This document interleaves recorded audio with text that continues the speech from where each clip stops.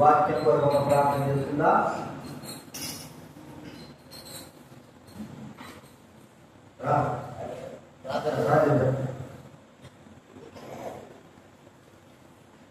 ప్రేమగల తండ్రి, సర్వాధికారి దేవ యేసు ప్రభు నామమున మీకు కృతజ్ఞతలు చెల్లిస్తా ఉన్నా. ఈ సమయంలో ప్రభా తండ్రి ప్రత్యేకతలు కలిగి దైవవాక్యం ద్వారా మీరు మాట్లాడుకోవా, మీ స్వరమింపు చేయండి. మీ యొక్క మాటలు మీరు అనుగ్రహించాల్సి వేడుకుంటున్నాం. సహాయం చేయండి. వాడుకోండి ప్రభా. మీరే ఆత్మచేత ప్రత్యేకించి మీ స్వయం మనం చేస్తూ మీ కార్యక్రమం కోరుకుంటున్నాం ప్రభా. అన్ని విధాలుగా మీ సహాయం కోరుకుంటున్నా. జ్ఞానం చేస్తుందని కలిగించవలసిన అవసరం చేస్తున్నాం ప్రభా. మీ చిత్త నెరవేర్చవలసిందిగా మీరేమో బలపడవలసిన మనం చేస్తూ మా ప్రార్థన దేవానికి స్తోత్రం సంస్కరణ వైద్యం అన్నిటి కూడా మీ స్వాధీనించుకోవాల్సిన మనం చేస్తున్నాం. యేసు ప్రభు నామమున ప్రార్థించి అడిగిచున్నాము తండ్రి.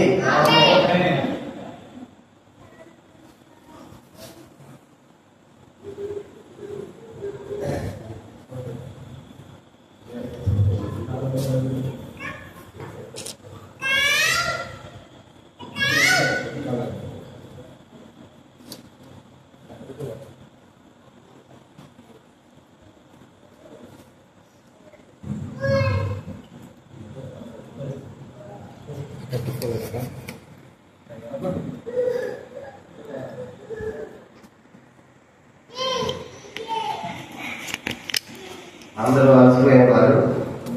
మీటింగ్ లేకపోతే బాగుందని కొంతమంది, కానీ వాళ్ళు ప్రయాసపడి ఎంత ఖర్చులో యూపీఎస్ పెట్టారు కాబట్టి ఈ సంఘక్షేమం కొరకు దానికి తప్పనిసరిగా చిన్న కోరికను కలిగి ఉండేది మంచిది.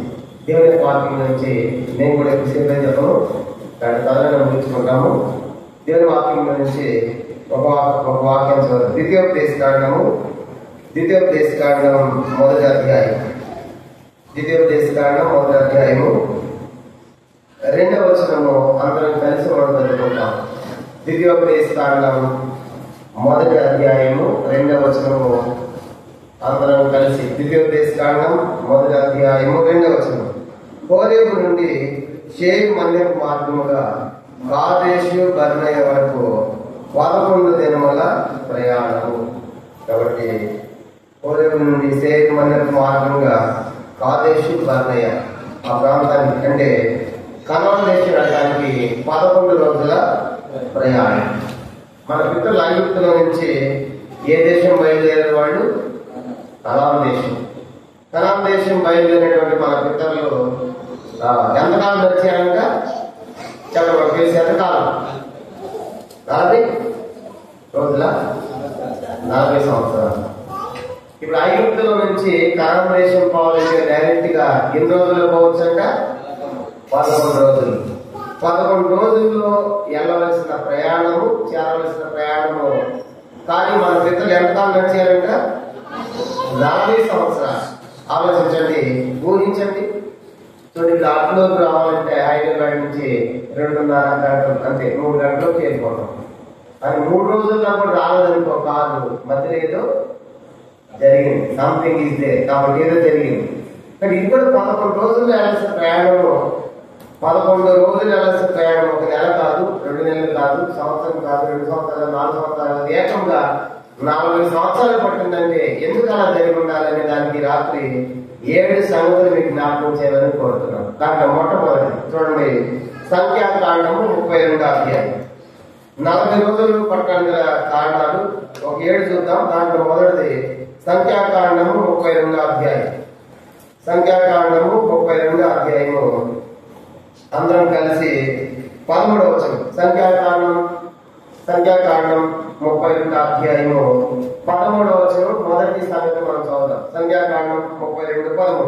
అప్పుడు యెహోవా కోపము ఇశ్రాయేలు మీద అదురుకొనగా యెహోవా దృష్టికి చెడు నడత నడిచిన ఆ తరువారందరూ నశించే వరకు అరణ్యంలో 40 ఏండ్లు ఆయన వారిని తిరిగిలాడ చేసను. అందరూ చెప్పండి, యెహోవా దృష్టికి చెడు నడత నడిచిన ఆ తరము వారందరూ నశించే వరకు అరణ్యంలో 40 సంవత్సరములు తిరుగులాడ చేసెను. కానీ చెప్పబడిన 4 సంవత్సరాలకు మొదటి కారణము ఆ ప్రజల మధ్యలో ఎలాంటి వారు ఉన్నారంటే చెడు నడత నడిచిన వారు ఉన్నారు. ఇప్పుడు వాళ్ళు బయలుదేరే దేశం ఎలాంటిది? ద్వితీయోపదేశకాండం 8వ అధ్యాయం. ద్వితీయోపదేశకాండం 8వ అధ్యాయం 10వ వచనంలో వాళ్ళ పూర్వ దేశం ఎలాంటి చూడండి. 8వ అధ్యాయం 10వ వచనం. ద్వితీయోపదేశకాండం 8:10. నీవు తిని తృప్తి పొంది నీ దేవుని యెహోవా నీకు ఇచ్చిన మంచి దేశం బట్టి ఆయనను స్తుతింపవలెను. చూడండి, వాళ్ళ పూర్వ దేశం ఎలాంటిదంట? మంచి దేశం. మంచి దేశం అంటే ఏమి ఉన్నాయి అక్కడ? 7వ వచనం పైన 7. ద్వితీయోపదేశకాండం 8వ అధ్యాయం 7 నుంచి నీ దేవుని యెహోవా నిన్ను మంచి దేశంలో ప్రవేశపెట్టును. అది నీటి వాగులను, లోయల నుండి, పంటల నుండి, పాలు, ఓటలు, అగాధముల దేశం.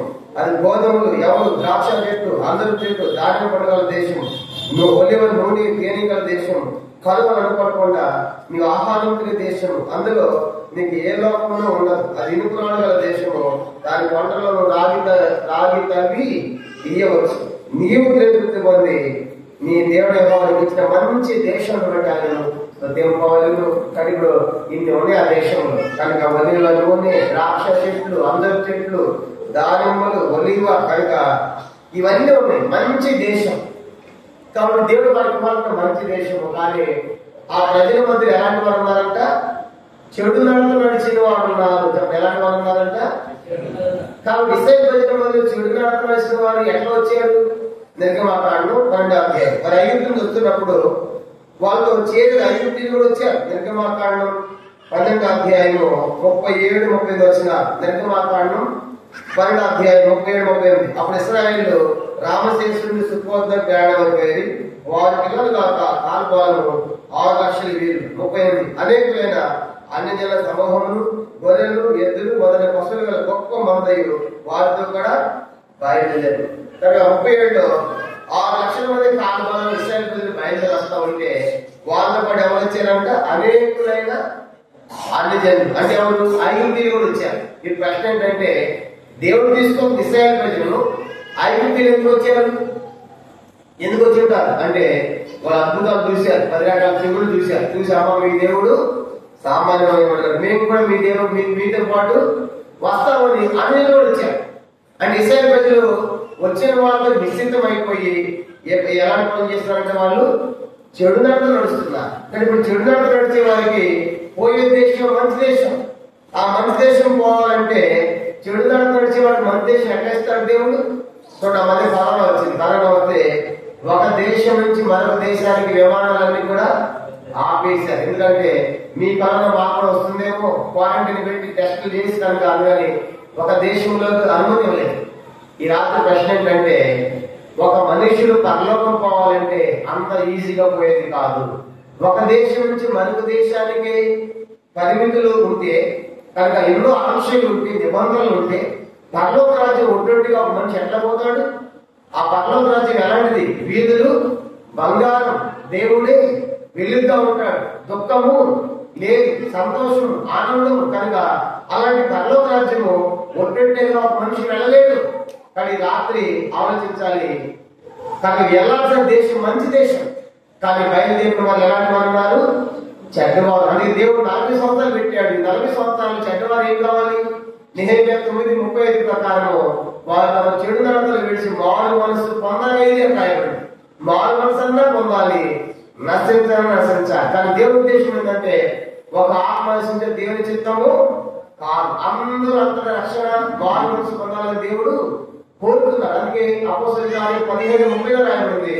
ఆ ఆత్మాన కాలం దేవుడు చూసి చూడనట్టు ఉండేది. ఇప్పుడు అందరూ మారు మనసు పొందవాలని కోరుతున్నారు. కారణం ఏంటంటే మారు మనసు పొందితే తప్ప, పాపాలు విడిచిపెడితే తప్ప మనం పరలోక రాజ్యం ప్రవేశించలేము. దేవుడు పరిశుద్ధుడు కదా. ఒక పాపైన మనుషుడు పరిశుద్ధ దేవుడు ఎలా సమీపించగలడు? కానీ నాకు ఆలోచించాలి. వెళ్తున్న దేశం మంచి దేశం.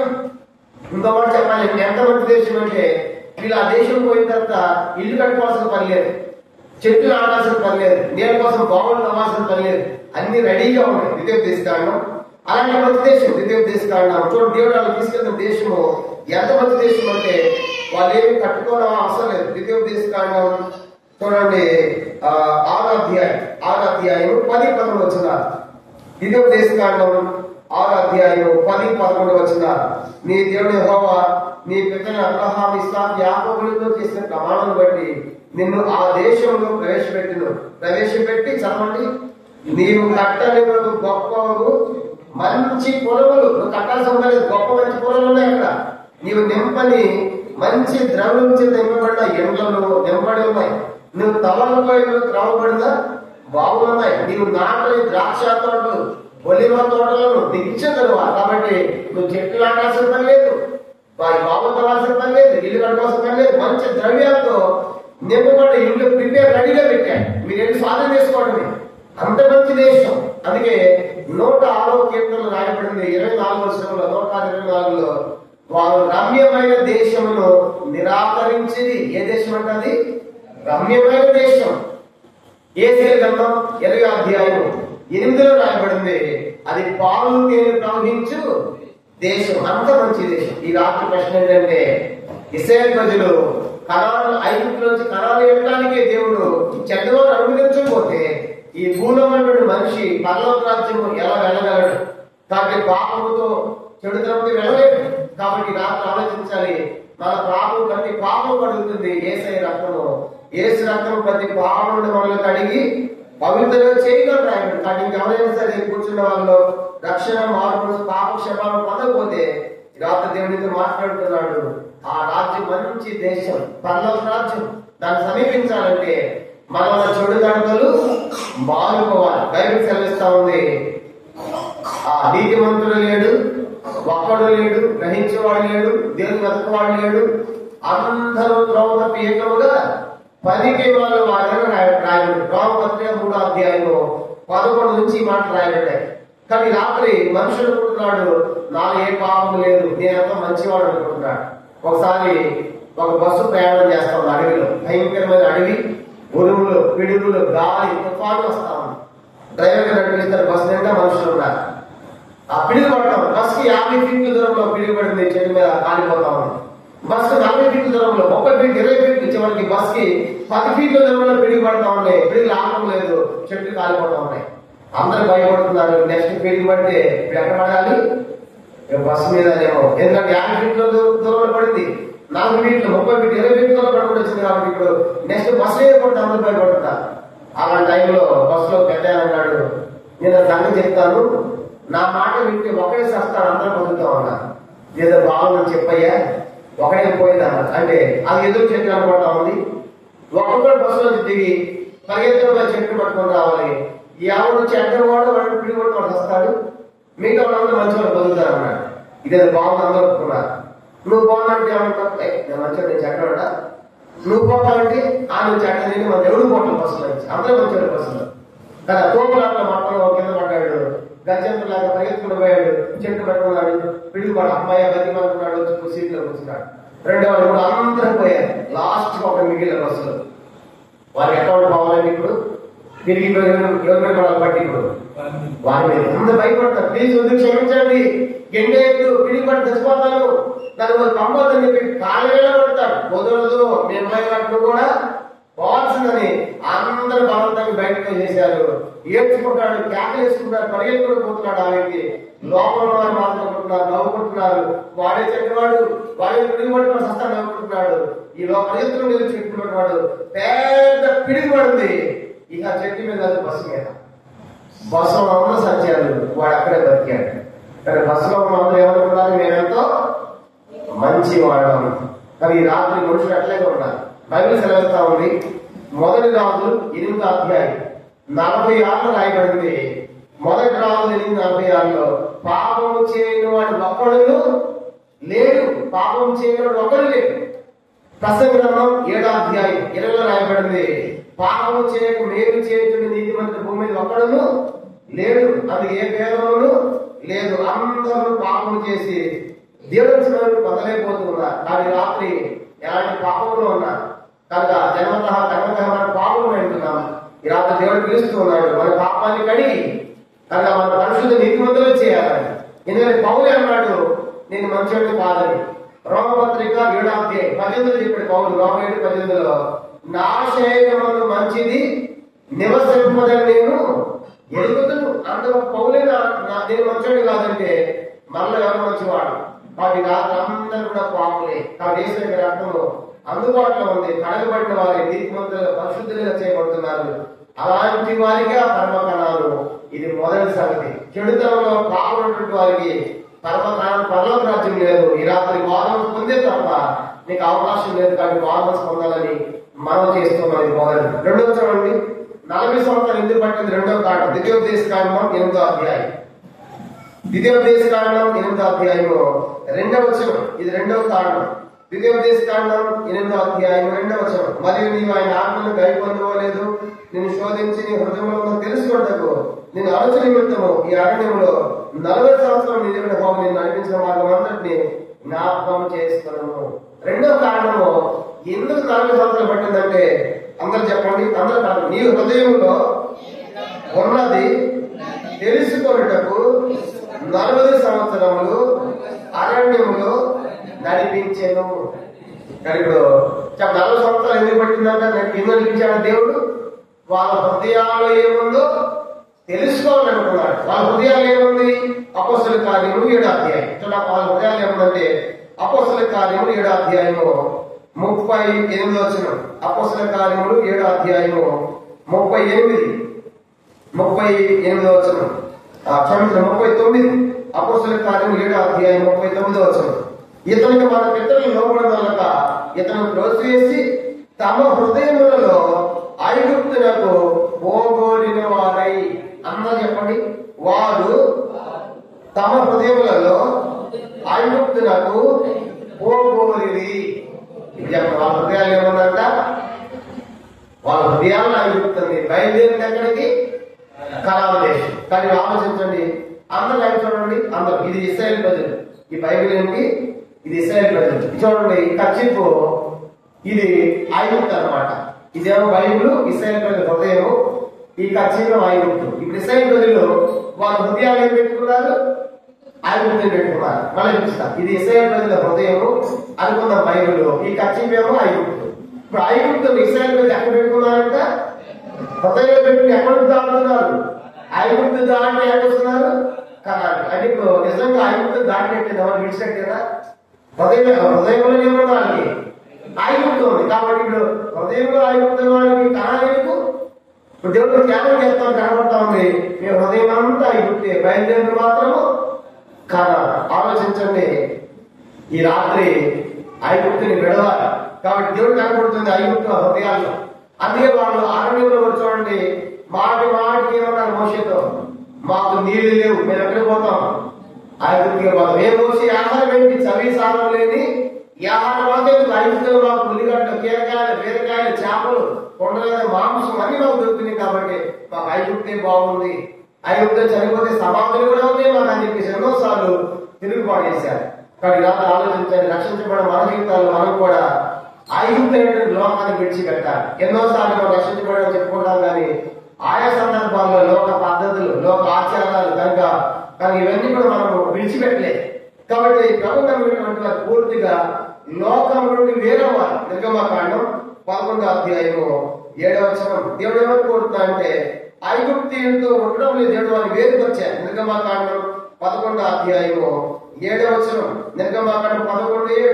యెహోవా ఐగుప్తీయులను ఇశ్రాయేలును వేరుపరచునని మీకు తెలియదు.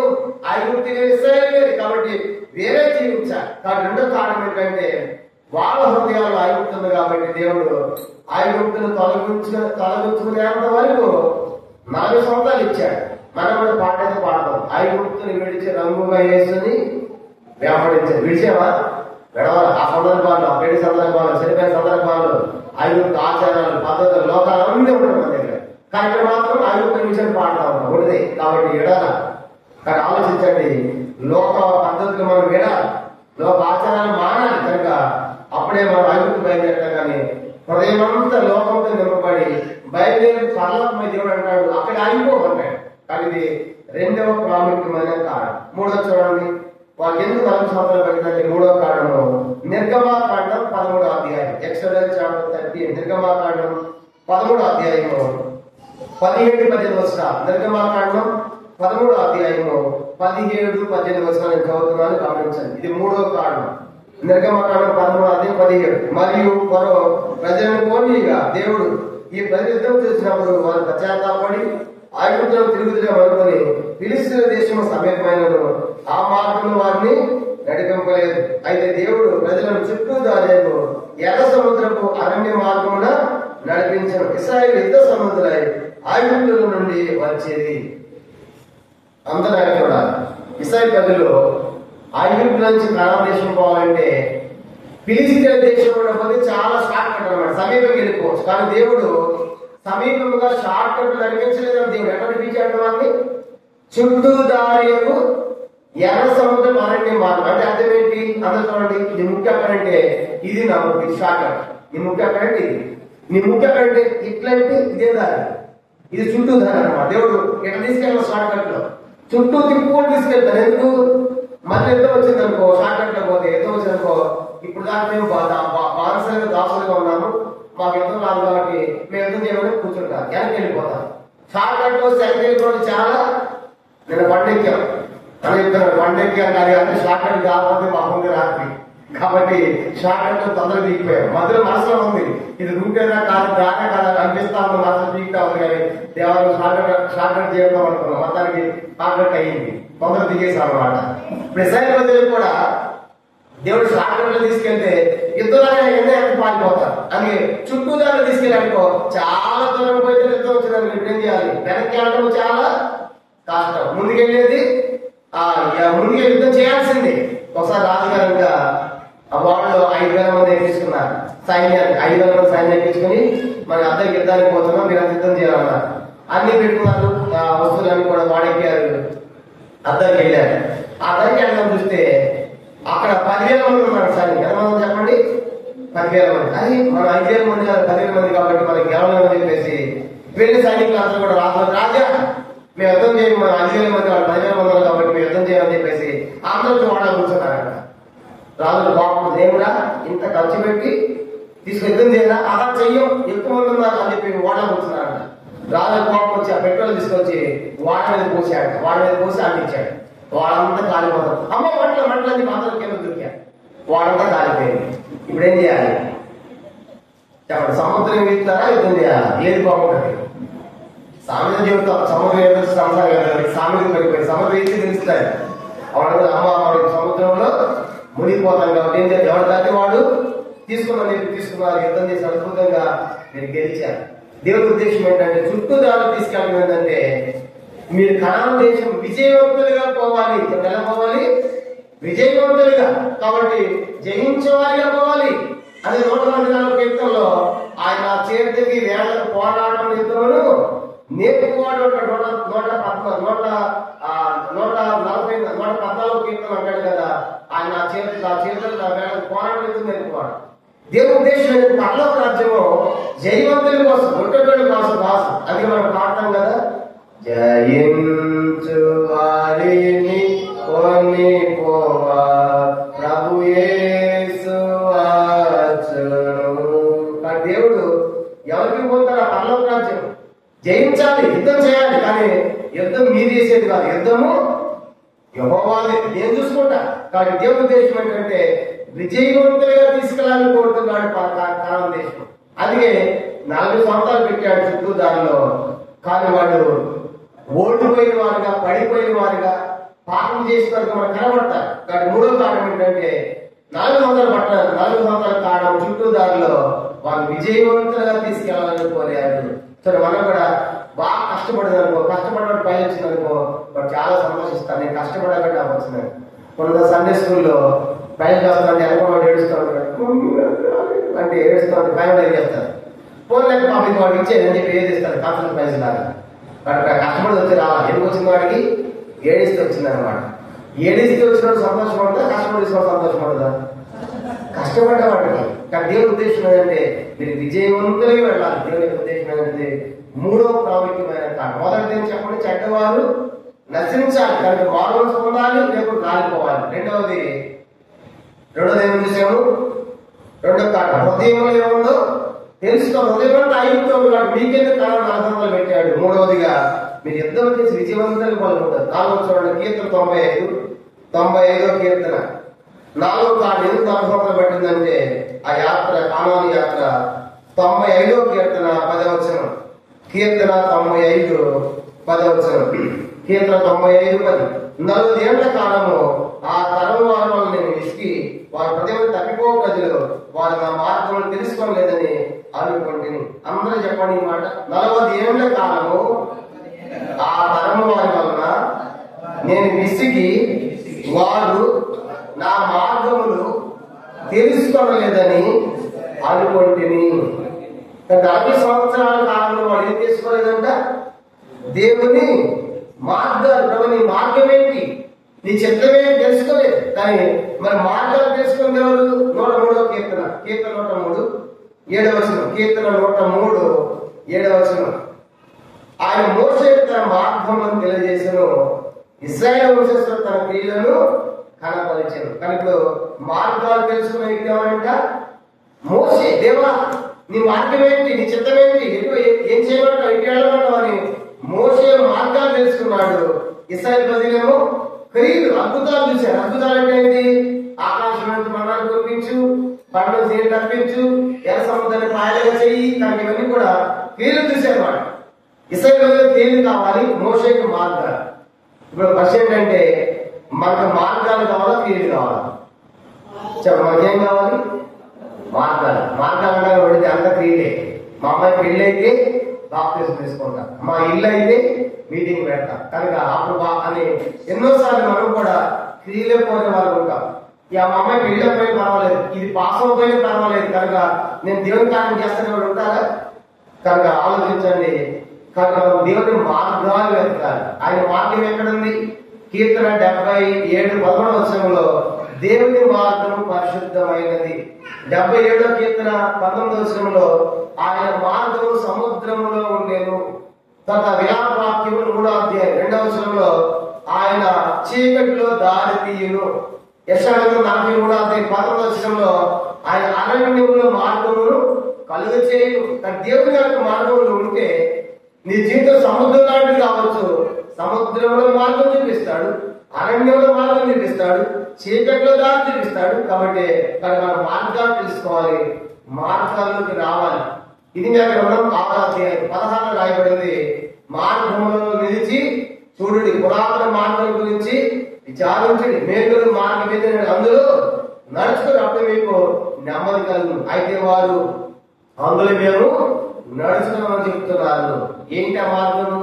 యోహాను 14:6 నేనే మార్గమును, నేనే సత్యమును, నేనే జీవము, నా ద్వారా తప్ప ఎవరు తండ్రి ఎందుకు ప్రవేశం. కాబట్టి రాత్రి పరలోక రాజ్యం పోవాలంటే మార్గాలు. కానీ క్రైస్తవం అనేది ఇది మతము కాదు, మార్గం. ఏసే మార్గం, ఏసే సత్యం, ఏసే జీవం. కానీ ఆయన ఎదిగితేనే మనకు పరమ కాలం జరుగుతుంది. ఇది 4వ ప్రాముఖ్యమైన సంగతి. 5వ చూడండి, మనం 40 సంవత్సరాలు ఎందుకు పడుతుందండి? మొదటిది ఏం చెప్పండి, చెడ్డవాళ్ళు ఉన్నారు కాబట్టి 4 సంవత్సరాలు పెట్టారు. రెండవది హృదయంలో ఐగుప్తుంది కాబట్టి 4 సంవత్సరాలు పెట్టాడు, అలా తొలగించుకోవాలని. మూడవది యుద్ధం చేసి విజయవంతం పోవాలని పెట్టాడు. 4వది ఏంటంటే వాళ్ళ దేవుని యొక్క మార్గాలు ఎదగాలి. కనుక దేవుని యొక్క క్రియలు కాదు, అద్భుతాలు కాదు. అద్భుతాలు తెలిసిన రాలిపోయారు కాబట్టి మార్గాలు తెలుసుకునేవాడు కావాలి, దేవుని చిత్తాలు తెలుసుకునేవాడు కావాలి. ఇది 4వ సంగతి. 5వ చూడండి, ఎందుకు 4 సంవత్సరాలు పెట్టండి? 5వ కారణము ద్వితీయోపదేశ కాండం 29వ అధ్యాయం. ద్వితీయోపదేశ కాండము 29వ అధ్యాయము 5వ వచనం. ద్వితీయోపదేశ కాండం 29వ అధ్యాయము 5వ వచనం మనం చదువుకుంటాం. ఇది 5వ సంగతి. ద్వితీయోపదేశ కాండం 29:5 నేను మీ దేవుడని యెహోవానని మీరు తెలుసుకున్నట్లు 40 సంవత్సరం నేను మిమ్మల్ని అరణ్యంలో నడిపించింది. అందరూ చెప్పండి, నేను మీ దేవుడైన యెహోవానని తెలుసుకున్నట్లు 40 సంవత్సరములు నడిపించింది. కానీ 40 సంవత్సరాలు ఎందుకు పట్టిందంట? ఈ 40 సంవత్సరాలు వాళ్ళు ఏం తెలుసుకోవాలంట? నేను మీ దేవుడైన యెహోవానని. ఎట్లా తెలుసుకోవాలి? అక్కడే చెప్పాడు. తర్వాత మాకు చూడండి 5వ వచనంలోని మీ బట్టలు మీ ఒంటి మీద పాత గిలిపోలేదు, మీ చెప్పులు మీ కాళ్ళను పాత గిలిపోలేదు. చూసారా? ప్రభు చూడాలి, ఇస్రాయేల్ ప్రజలు ఐగుప్తు బయలుదేరినప్పుడు ఎన్ని జతల బట్టలంట? ఎన్ని జతల బట్టలతో బయలుదేరారు వాళ్ళు? ఒకే జత. ఎన్ని జత అంట? ఎన్ని సంవత్సరాలకి? వాము 40 సంవత్సరాలు ఒకే జత అంటే ఎట్లా ఉండాలి ఊహించండి. పొద్దు వేసుకున్న సాయంకాలానికి తీసేయకపోతే ఎంతో మనకి చిరాకుగా ఉంది కదా, అనీజీగా ఉంది కదా. కానీ 40 సంవత్సరాలకి కూడా బట్టలు ఏమైపోలేదంట, మార్చుకోలేదు, పాత్ర అయిపోలేదు. ఏంటిది? మీ దేవుడు పోవాలి తన చెప్పులంట, కాలం చెప్పులు ఏమైపోలేదంట, పాత్ర అయిపోయి. ఎన్ని సంవత్సరాలకి? 40 సంవత్సరాలు. ఒక్క మనకి ఎంత కాలం వచ్చింది? 6 నెలలు గట్టిగా వాటి అంటే సంవత్సరం 2 జతలు అయిపోవాలి. 40 సంవత్సరాలకు 8 జతలు బట్టి ఉండాలి. ఆలోచించండి. 40 సంవత్సరాలు కూడా ఏంటంట ఒకే. ఎందుకు పాత్ర అయిపోవట్లేదు? నేను మీ దేవుడు అయినా ఎందుకు వాళ్ళ బట్టలు మురికోవట్లేదు అంటే పగలేస్తాము.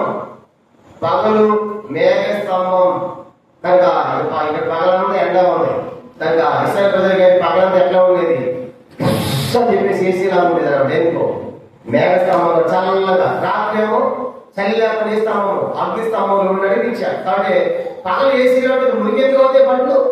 కనుక ఏసీలా పగలు మేఘస్తంభంలో పెట్టాడు. బట్టలు మురికోవడం లేదు, కాళ్ళు చెప్పులు తెగిపోవడం లేదు. ద్వితీయోపదేశకాండం 4వ అధ్యాయం. ద్వితీయోపదేశకాండం చూడండి, ఇంకో మాట 8వ అధ్యాయం అనుకుంటా. 8వ అధ్యాయం 4వ వచనం. ద్వితీయోపదేశకాండం 8వ అధ్యాయం 4వ వచనం. 8:4. ఈ 40 సంవత్సరంలో నీ వేసుకున్న బట్టలు పాతగిలలేదు, నీ కాలు వాయలేదు. చెప్పండి, కాలు కూడా ఏమవట్లేదంట, వాయట. మనం ఒట్టిగా కూర్చొని కాళ్ళు వస్తాయి కనుక చూసారా, ఒట్టిగా ప్రయాణం చేసి రాత్రి కొన్నిసార్లు బస్సులు వెళ్తే కాళ్ళన్నీ వాసపడతాయి కనుక తిమ్మిరి పట్టినట్టు వాసపడతాయి. కానీ ఇస్రాయేల్ ప్రజలు 40 సంవత్సరాలు నడుస్తున్నప్పటికీ వాళ్ళకి ఏం కాదంటే కాళ్ళు వాయలు. చాలా సొగలు బీపీ కూడా ఏం లేవు, నడుస్తాము కూడా. మనం స్వాతంత్రం అంటే సొగలు, స్వాతంత్రం బీపీ. కానీ ఎన్నో ఉంటాయి, కాళ్ళు వాపులు, కాళ్ళు నొప్పులు, కీళ్ళ నొప్పులు ఎన్నో ఉన్నాయి. కానీ ఇస్రాయేల్ ప్రజలకు కారణం ఏంటి? నేను మీ దేవుడైనా చూసారా, మీ కాళ్ళు వాయడం లేదు, మీ బట్టలు పాత అయిపోలేదు, మీ చెప్పులు తెగిపోలేదు. ఇంకా ఆనందం ఎట్లా ఉన్నారంట? నెహెమ్యా గ్రంథం 9వ అధ్యాయం. నెహెమ్యా గ్రంథం 9వ అధ్యాయము. నెహెమ్యా గ్రంథము 9వ అధ్యాయం 21వ వచనం. నెహెమ్యా గ్రంథం 9:21 చదువుకో. నెహెమ్యా 9:21. నిజముగా అరణ్యంలో ఏమీ తక్కువ కాకుండా 40 సంవత్సరములు వారిని పోషించింది. వారి వస్త్రములు పాతగిలిపోలేదు, వారి కాళ్ళకు వాపు రాలేదు. నిజంగా అరణ్యంలో అర్థం ఏంటి? అబద్ధంగా కాదు, ఇది నిజంగా జరిగింది. నిజంగా అరణ్యంలో ఏం జరిగిందంట? ఏమీ తక్కువ కాకుండా 40 సంవత్సరాలు వారిని పోషించింది. ఏమీ తక్కువ కాలేదంట. కొన్నిసార్లు మనం ఫంక్షన్ చేస్తే కొన్నిసార్లు ఎక్కువైంది, కొన్నిసార్లు తక్కువ పడుతుంది. కానీ దేవుడు ఇచ్చేది ఏమవ్వలేదంట, ఏమీ తక్కువ కాదు. నిజంగా ఎక్కడున్నారు చెప్పడం? వాళ్ళంతా ఎక్కడున్నారు? అరణ్యంలో మరి ఏమి తక్కువ కాకుండా ఉంటుందా అని దొరుకుతాయా?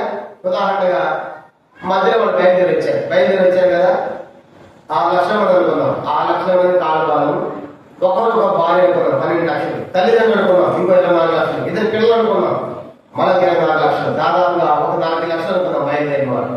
ఇప్పుడు 40 లక్షల మందికి మార్నింగ్ బ్రేక్ఫాస్ట్ టిఫిన్ 2 ఇడ్లీలు వేయాలనుకో, 40 లక్షల మందికి ఎన్ని ఇడ్లీలు వేయాలి? ఎన్ని పడతాయి? ఎన్ని ట్యాక్టర్లు నీళ్ళు కావాలి? మన వల్ల అవుతుందా? నేను మీ దేవుడైనా అది మీరు తెలుసుకోవాలి. చూసారా ఎలా పోషించాడు దేవుడు? ఏమీ తక్కువ కాకుండా. అర్థమేంటి? అరణ్యంలో ఉంది. ఇంకా ఇంకో ప్రశ్న ఏంటంటే, మధ్యలో వాళ్ళకి పిల్లలు పుట్టారా పుట్టండిరా? వెళ్ళి వాళ్ళ మధ్యలో పిల్లలు పుట్టారా పుట్టలేదా? పిల్లలు పుట్టారు. మరి వాళ్ళ చెప్పులు, వాళ్ళ వస్త్రాలు వాళ్ళు ఎక్కడ ఉంది? ఉంది అక్కడ, నర్సాపూర్లో కాదు, టౌన్లో కాదు, అరణ్యంలో ఉన్నారు. అరణ్యంలో ఉంటే మరి పుట్టిన పిల్లలు చెప్పులు ఎట్లా, బట్టలు ఎట్లా? ఎక్కడ చూడండి అరణ్యంలో. మోషే ప్రార్థన చేశాడు. మోషే, ప్రభా ఈరోజు 400 మంది పుట్టారు, 600 పుట్టారు, ఏం చేయమంటావు అంటే, మోషే చెప్పుల వర్షం పడుతుంది, వస్త్ర వర్షం పడుతుంది అని అని పైనుంచి అని దేవుడు చెప్పుకుంటాడు. ఎందుకంటే యోహాను సువార్తలో రాయబడింది, అన్ని రాత్రి భూలోకమైన సరిపోదంట. కాబట్టి మోషే పాలనలో విన్నావు, రేపటి దినాన పాలనలో చెప్పుల వర్షం పడదు, వస్త్ర వర్షం పడడం దేవుడు మోషే దేవుడి మాటలు పాటించుంటాడు. అన్ని పైనుంచే.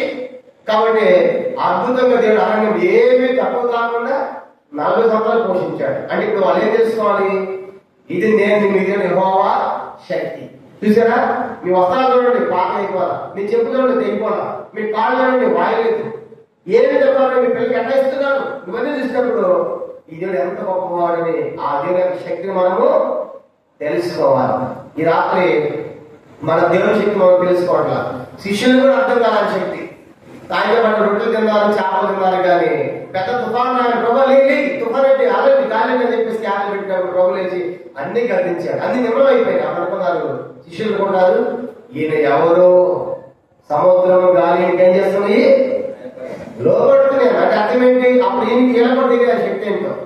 మన తుఫాన్ ఆపేవాడు, సముద్రం ఆపేవాడు, పొంగిని ఆపేవాడు, ఆకాశం మనల్ని కురిపించిన దేవుడు, వాడిని నిలపించిన దేవుడు. కానీ ఇవన్నీ ఏంటంటే నేను మీద హోమాలను మీరు తెలుసుకోవాలి. అందుకే 40 సంవత్సరాలు పెట్టింది. కానీ వాళ్ళు తిరుమల తాగారు. కానీ 106వ కీర్తన 13 రాయబడింది, వెంటనే ఆయన కార్యములను మరచిపోయింది. 106 రాయబడింది 20వ వచనంలో, ఆ వెంటనే ఎర్ర సముద్రం వద్ద భయపడి తన దేవుణ్ణి మర్చిపోయేదని. కానీ రాత్రి ఆలోచించండి, ఆ 5వ కారణం ఏంటంటే 40 సంవత్సరాలు పట్టడానికి దేవుని శక్తి అంటే వారు తెలుసుకోవాలి. కానీ ఆ దేవుడు అనుభవించాలి, కానీ దేవుని శక్తి వారు తెలుసుకోలేకపోయారు. ఇది 6వ కారణం. 6వ చూడండి, 6వ ఎందుకు అర్థం పెట్టింది? 6వది అపోస్తలుల కార్యములు 13వ అధ్యాయం. అపోస్తలుల కార్యములు 13వ అధ్యాయము ముగిచేద్దాం ఒక 5-10 నిమిషాల్లో. అపోస్తలుల కార్యము 13వ అధ్యాయము చూడండి 18వ వచనం. అపోస్తలుల కార్యములు 13-18. వారు ఇంచుమించు 40 ఏళ్ల మటు అరణ్యంలో వారి చేష్టలను సహించారు. 40 సంవత్సరాలు ఎందుకు పడుతున్న అరణ్యంలో వారి చేష్టలు సహించారు. చేష్టలు అంటే వారి క్రియలు, వారి పనులు. ఏం చేష్టలు వాళ్ళు ఎలాంటి పనులు చేశారు? మొదటి 9 పత్రిక 10వ అధ్యాయం. మొదటి 9 పత్రిక 10వ అధ్యాయంలో వారు చేసిన 7 రకాల క్రియలు రాయబడ్డాయి. నేను చదవని గమనించండి. మొదటి 9 పత్రిక 10వ అధ్యాయం 6 నుంచి. మొదటిగా వారు ఆశించిన ప్రజలు 7వ వచనము, తిన్నటువంటి వారు తాగటము, ఆడటము, తర్వాత 7వ విగ్రహారాధన, తర్వాత 7వ విగ్రహారాధన, వ్యభిచారము, తర్వాత సనిగిన వారు, శోధించిన వారు కనుక ఇవన్నీ కూడా కాబట్టి తినటము, ఆశించడము, తినటము, త్రాగటము, ఆడటము, విగ్రహారాధన, వ్యభిచారము, సనగటము, శోధించడము కనుక ఇవన్నీ చేసేవారికి నశించారు. 6వ కారణం ఏంటంటే 40 సంవత్సరాలు కూడా వారి చేష్టలు సరిగా లేవు. కాబట్టి వాళ్ళు మార్చుకోవాలని అవకాశం ఇచ్చాడు. ఇది 6వ ప్రాముఖ్యమైన సంగతి. వారి చేష్టలు సరిగా లేవు అని వారు. కాబట్టి రాత్రి మనం కూడా మన క్రియలు, మన పనులు మనం దిద్దుకోవాలి, మార్చుకోవాలి. కానీ దేవుడికి ఇష్టం లేకపోతే అందుకే దేవుడు ఏమన్నాడు? వారి క్రియలు సరిగా లేవు కాబట్టి మొదటి 9 పత్రిక 10వ అధ్యాయం 5లో చెప్పాడు 10:5. అయితే వాళ్ళు ఎక్కువ మంది దేవుని ఇష్టంగా ఉండకపోయి కనుక అరణ్యంలో సంహరింపబడి ఇష్టంగా లేదు కాబట్టి దేవుడు అన్నాడు, మీరంటే నాకు ఇష్టం లేదు, మీరు కళలు తీసుకెళ్ళడం. దేని తీసారు కనుక 6వదిగా మన పేరు సరిగా లేకపోతే, దేవునికి ఇష్టంగా లేకపోతే ఆ రాజ్యం మనం పొందలేము. మన దేవునికి ఇష్టం ఎవరు? Hebrews 11:6. విశ్వాసం లేకుండా దేవునికి ఇష్టం అసాధ్యం. సామెతలు 12:22. సత్యవర్తలు ఆయనకు ఇష్టలు. సామెతలు 11:30.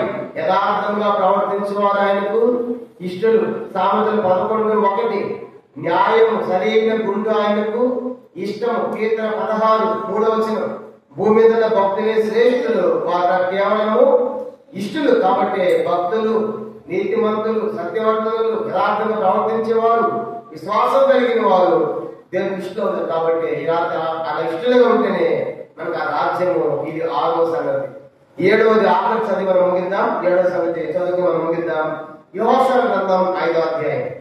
జాషువా చాప్టర్ 5. యెహోషువ గ్రంథము 5వ అధ్యాయము 6వ వచనం. యెహోషువ గ్రంథం 5వ అధ్యాయము 6వ వచనం. అందరూ నాతో పలకండి, ముగిస్తాం మీరు చదువుకుని. యెహోషువ గ్రంథం 5వ అధ్యాయము 6వ వచనం. అందరూ పలకండి. ఆ యోధులందరూ ఐగుప్తులో నుండి వచ్చిన ఆ యోధులందరూ యెహోవా మాట వినకపోయినందున వారు నశించే వరకు ఇశ్రాయేలు 40 సంవత్సరంలో అరణ్యంలో సంచరించుతూ వచ్చేది. కాబట్టి ఏ రోజు ఏంటంటే యెహోవా మాట వినకపోయినందున 40 సంవత్సరాలు తిరగాల్సి వచ్చింది. చెప్పండి, ఎవరి మాట వినలేదంట? దేవుని మాట. దేవుడు నడిపిస్తా ఉంటే వాళ్ళు తీసుకొని పోతారు. దేవుని మాట వినకపోతే ఎట్లా? అది మంచి దేశం కదా ఇచ్చేది, తిని తాను శుద్ధించాలి కదా. కానీ వాళ్ళు దేవుని మాట వినకుండా ఏం చేశారు? మంచి దేశం తిని తాను ఏం చేశారు? ద్వితీయోపదేశకాండం 32వ అధ్యాయం. తిని తాగి కొవ్వి బలిసి మదించారు. ద్వితీయోపదేశకాండం 32వ అధ్యాయం. నా మాట కాదు, అది చదువుకుని మనం ముగిద్దాం. ద్వితీయోపదేశకాండం 32వ అధ్యాయము 15 వచనం. ద్వితీయోపదేశకాండం 32:15. యెషూరు నోటేస్ కింద ఇశ్రాయేలు కొవ్విన వాడై పాలు జాడించెను, నీవు కొవ్వి బలిసి మందులు వైద్యవి, వాటిని పుట్టించిన దేవుని విడిచెను, తన రక్షణ శైలమును తృణీకరించాను. కానీ రాత్రి ఆలోచించండి, దేవుని మాట వినని ప్రజలు దేవుని మాట వినలేదు. కానీ రాత్రి ఆలోచించండి. 7వదిగా ఎవరు పనులు ఎందుకు 4 సంవత్సరాలు పట్టిందంటే దేవుని మాట విన్న వారు ఉన్నారు, దేవుని శుద్ధించిన వారు ఉన్నారు. కానీ పిల్లరా, అలా దేవుని మాట వినకపోతే ఎలా తీసుకెళ్తాం? మన ఇంట్లో చూడండి, మన పిల్లలు మన మాట ఎంత విన్నారనుకోండి, డాడీ ఫోన్ తీసుకున్నా, ఫస్ట్ క్లాస్ వస్తా ఉంటే తీసుకున్నా, సైకిల్ అన్ని కొనిస్తాం. కానీ దేవుని మాట వినకపోతే ఏం చేస్తాం? నీకంటరా, నీ ముఖానికి ఫోన్, నీ ముఖానికి సైకిల్ అనవు. ఎందుకు? మన మాట వింటే అన్ని ఇస్తాం మన పిల్లలకు. అలా దేవుడు కూడా ఆయన మాట వినాలని కోరుతున్నాడు. అందుకే యెషయా మొదటి అధ్యాయంలో ఆకాశమా ఆలకించి భూమి చెవి పిల్లలకి గొప్పగా చేసిన వారు నా మీద తిరుగుబడి ఉన్నారు, నా మాట వినడం లేదు. కాబట్టి ఆయన మాట విన్నప్పుడు ఆయన చేస్తారు ఆ కన్వర్సేషన్.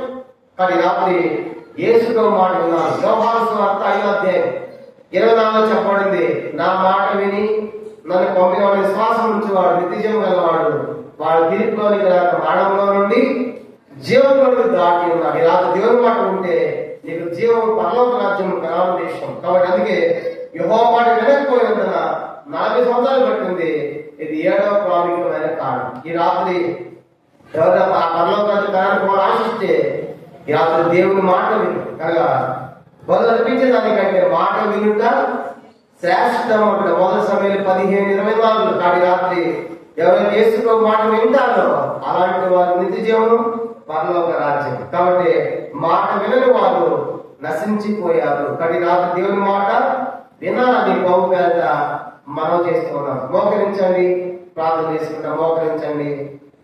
నా మాట వినోమని ప్రభువా నేను మోకరించాలి.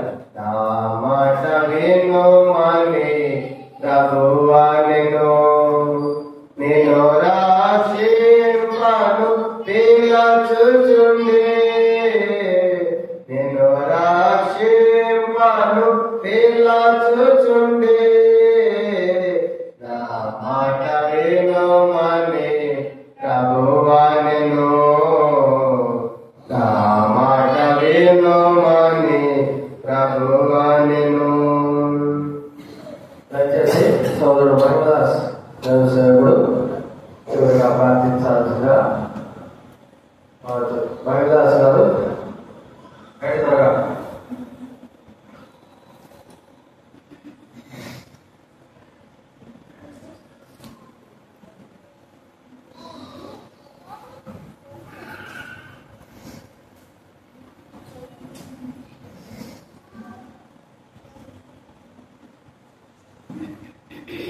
ప్రార్థన చేసుకుందాం. మమ్మల్ని మీకు ఎక్కువగా ప్రేమించిన ప్రియ పరలోక తండ్రి, పరిశుద్ధుడైన దేవానికి స్తోత్రములు.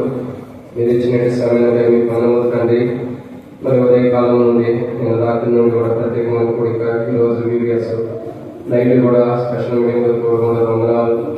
ఇశ్రాయేలు ప్రజల యొక్క జీవితాలు 40 సంవత్సరంలో వారు ప్రయాణం చేయడానికి కారణములు, వారి జీవితంలో వారు ఏం నేర్చుకోవాలో మీరు నేర్పుతున్న ప్రణాళిక, వీటన్నిటి బట్టి వందనములు. నేటి దినంలో మేమేం నేర్చుకోవాలన్నది కూడా మీరు బయటపరుస్తూ వస్తున్న మీ ప్రభావం బట్టి మీకు స్తోత్రం. అదే రీతిలో ప్రభావితమైనటువంటి వాక్యం మీరు ఇక్కడ కలిగించండి. మీ దాసులను కూడా మీరు జ్ఞాపకం చేసుకుని తిమోతాన్ని బలపరచండి. రేపు దినం మరి కుడికిలన్నింటిలో కూడా తోడును వీడియోస్ పాటలు అన్నింటిలో కూడా రేపు రాత్రి కృతజ్ఞత గుడికి కూడా దీవెన చేయండి. స్థానికంగా సేవకుని అదే రీతిలో ప్రభు కుటుంబాల సంఘటనలు పరిచయాలు కనబడి పరిచయం చేసిన వాళ్ళందరూ కూడా దీవించండి. మా తండ్రి ఇశ్రాయేలు ప్రజల యొక్క జీవితాలు మాకెంతో పురుగులకు వారిని బట్టి మేము ఎన్నో నేర్చుకోవాలి. నేర్చుకోవాలి. అటు ప్రభు నేర్చుకోవడానికి సహాయం చేయండి. అదే రీతిలో మేము దుర్దినాలను బట్టి ప్రభు రాంగ్ వెళ్ళిపోకుండా మంచి మార్గంలో నడిపించుకోవడానికి సహాయం చేయండి. 40 సంవత్సరంలో వారి జీవితంలో ప్రభావ వస్త్రాలు నలిగిపోలేదు, చెప్పులు దేవా మరి చెప్పులు తిరిగిపోయిన అనుభవం లేదు, తెగిపోయిన అనుభవం లేదు, వస్త్రాలు పాతికిన అనుభవం లేదు. ఇవన్నీ మీకు మహిమాత్మైన కార్యాలు కాబట్టి ప్రభావ గొప్ప కార్యములు మా జీవితాల్లో మీరు జరిగించడానికి ఇష్టపడుతున్నారు. అయితే మేమైతే వెనుకబడిన స్థితిలో ఉన్నాం.